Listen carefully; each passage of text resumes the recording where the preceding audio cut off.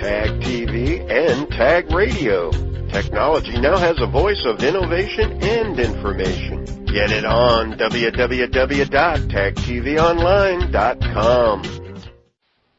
Enterprise social software, hypertext and unstructured search tools, wikis, weblogs for storytelling, social bookmarking for tagging and building organizational folkomonies, RSS for signaling, collaborative planning software for peer-based project planning and management, mashups for visualization, and even prediction markets for forecasting and identifying risk.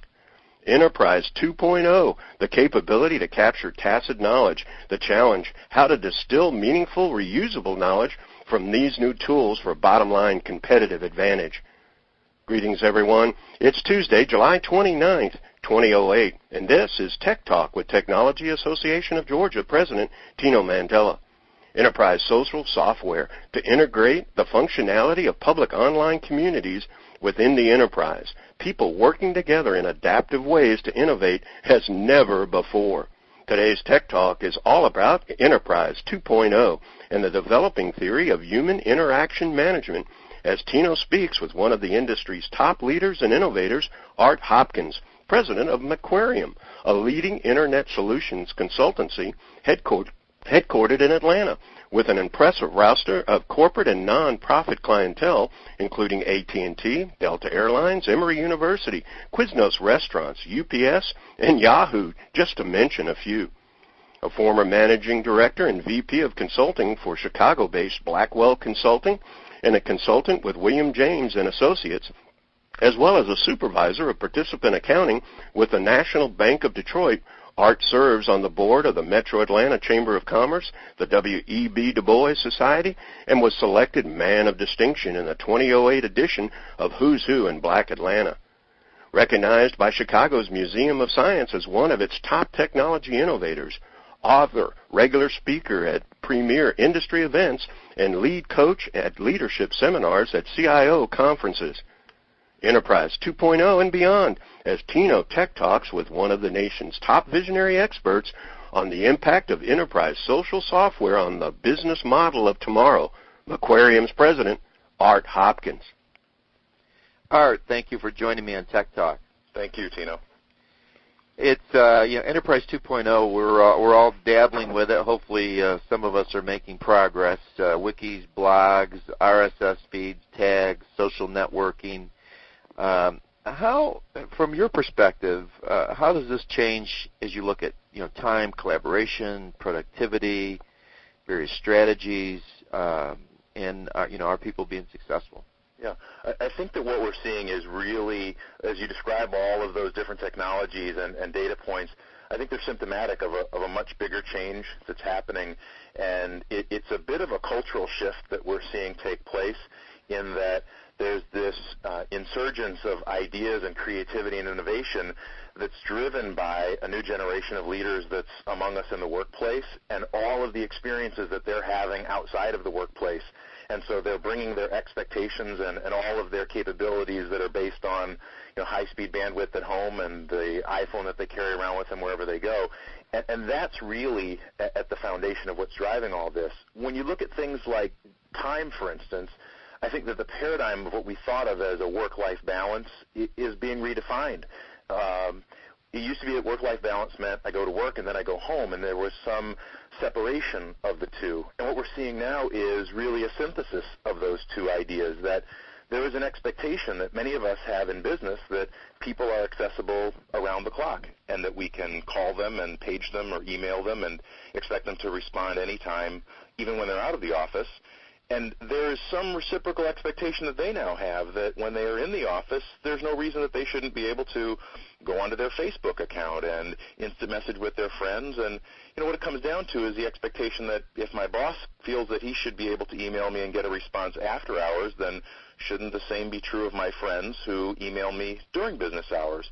And I think that where it begins to get even more interesting from a time perspective is, as you think of us as all part of a global community, that the time that it is for us on the Eastern time zone here in Atlanta may be after hours to some of our friends in other parts of the world. Some of the other ideas that you see in terms of collaboration, the prevalence of blogging and social networking, et cetera, it creates a whole new way of thinking about how we work and how we engage with one another, and that really informs who people are and what they expect when they get to work. And so the way that we share information outside of work is now very different, that we're not necessarily picking up the phone to communicate with our friends or even sending an email. We may send 140-character message out to a number of people who subscribe and have an interest in what we're up to. And it begins to shape the expectations we have of how we ought to be able to communicate when we are at work, that we ought to be able to use those same kinds of, maybe we call them hyper-efficient modes of communication to stay abreast of what's going on throughout other parts of the organization or even in the market. The issue of productivity, I think, is a really interesting one because there's clearly a cultural collision that's taking place in some environments where we struggle to figure out from a corporate culture perspective, is it okay for people to listen to music and instant message while they're doing their jobs? And I think that it varies in terms of corporate environment by environment what the acceptable norms are. But there's an interesting idea that I think first began to float around about 10 years ago, and the acronym is CPA, and it stands for Continuous Partial Attention, that we're all living in this stage of continuous partial attention. And I think what this all nets out to is we're trying to figure out how much attention do we really need someone to pay at different stages of an experience. My thought around this is if we're in the mode of knowledge retention or knowledge acquisition or information acquisition, that we kind of need to be single-threaded and very focused on how we acquire that knowledge and absorb it. But once we have gotten to the point where we are in application of that knowledge or application of that information, many people are very effective and perhaps even most effective in kind of a multimedia, multi-channel mode where they are perfectly capable of instant messaging and listening to music while doing what we consider to be their job. So, part of this, and you already mentioned it, is, very much generational, I would think, and as this new generation of millennials come into the workforce and start taking leadership positions, will this make it easier, to integrate? And, how do you think about how does it work now in terms of this? To some degree, I guess it would be a, cultural conflict of sorts. I think there are some things that are going to get easier in time, but in the near term, we're going to have some really interesting challenges. A lot of our institutional knowledge is stewarded by people who may not necessarily be interested in setting up a blog and instant messaging with one another at work. And so we've got to figure out a way that we leverage all of that information and all of that gray matter and retain it as an organization. And we've also got to make sure that we don't alienate people simply because they aren't online 24 hours a day and they don't have an iPhone and maybe don't have their own Facebook account. There's a lot of value that everyone is bringing to the table, and we've just got to figure out how to embrace that. And we also need to recognize that, in some corporate cultures, there's a lot of information that gets shared over cube walls. And so if you're kind of engrossed with your headset on, you may actually miss a lot of what's going on. And so what we have to do is approach this with an open mind about what works within one corporate environment and what may not work, and recognize that there are certain responsibilities that we just cannot allow to happen without some level of governance, supervision, focus, etc. There's not a one-size-fits-all that will work for everyone. We had a speaker, Don Tapscott, who I'm sure you know of, and he wrote the book Wikinomics, and he spoke at our summit this year. And one of our largest companies, the head engineer for that company, came back to me a few weeks later and said he bought books for all of his staff, and they were all really trying to build this community at their company. So do you see any differences between, sort of large companies that are well established versus the entrepreneurial smaller companies in respect to how they use and how they think about Enterprise 2.0 and social networking? I do see some interesting trends, and I'm not sure that I could line them up by company size, but I'll tell you some of the things that I am seeing. A real interest in some fairly large companies to embrace the idea of community in their workplace. And just to clarify what we mean by community, the idea is that you may have a distributed workforce all across the globe, and there may be things that are happening within one area of the business that would be very relevant to people in other areas of the business. And I think historically we tried to figure out some centralized way to collect the information, vet the information, and then disseminate the information. And I think that there is some realization that that's not actually creating any incremental value, that there is some dynamic of self-governance that we're seeing work on, eBay and plenty of other examples where we see people rating one another's information and effectively validating it in a way and in a timeliness that's much better than what some centralized controller could do. And so we're also seeing the realization that what central corporate office sees as a community may not in fact be what the community is, that there are communities out there among people who identify themselves in different ways, and that what we can do is enable them to share information with one another about what's most effective for them. And it could be a community of executive assistants, it could be a community of middle managers, all of whom have some common interests and some common experiences that they can leverage. And so we're actually seeing some of our key customers now embracing this idea and trying to figure out how do we embrace the reality of a community. And it's not the idea of how do we create it. The premise is that it already exists. It may exist outside the firewall. It may exist in a way that we don't see online. But the reality is that there's a community of people who have some things to share with one another. But then you begin to get into some concerns about, well, how much of this becomes a corporate endorsement of whatever goes on in the community? And we start talking about issues of governance and whether we feel comfortable that all communities should be able to kind of do whatever they want. We see interesting parallels in the real world where communities exist and we all are members of multiple communities, but somehow collaboratively we've got to figure out a way to coexist and allow one another to share all of the interests and information across communities. So, being the Technology Association of Georgia, we are seeing lots of companies that want to participate in this space by creating new technologies. So what do you see in terms of the role of technology in developing the next generation workforce? Well, I think that in years past, when we began to really see IT emerge as a force in corporate America, there was an emphasis, I feel, on putting tasks in place and automating tasks, et cetera. And so we serialized a lot of things, and we talked about workflow. And we even used terms like collaboration, but I think we meant it in a very different way than we mean it today. I think we put a lot of guardrails in years past.